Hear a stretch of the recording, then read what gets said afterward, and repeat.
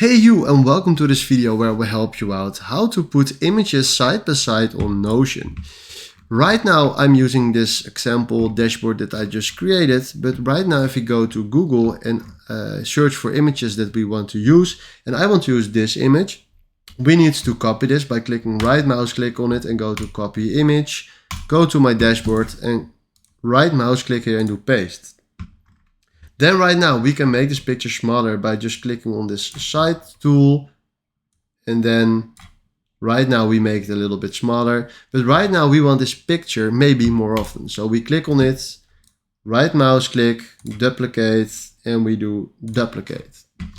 And right now we want them only side by side. So what we need to do now is hold your mouse on a picture and throw it beside that picture. Do this also for the other picture, and that is right here. And right now on this way we can put images side by side, and if you want it closer side by side, then make this image bigger, make this image bigger, and then make this image bigger. And this is exactly how you can put your images side by side on Notion. So hopefully this was the video where I was looking for. Thanks for watching and have a wonderful day. Ciao.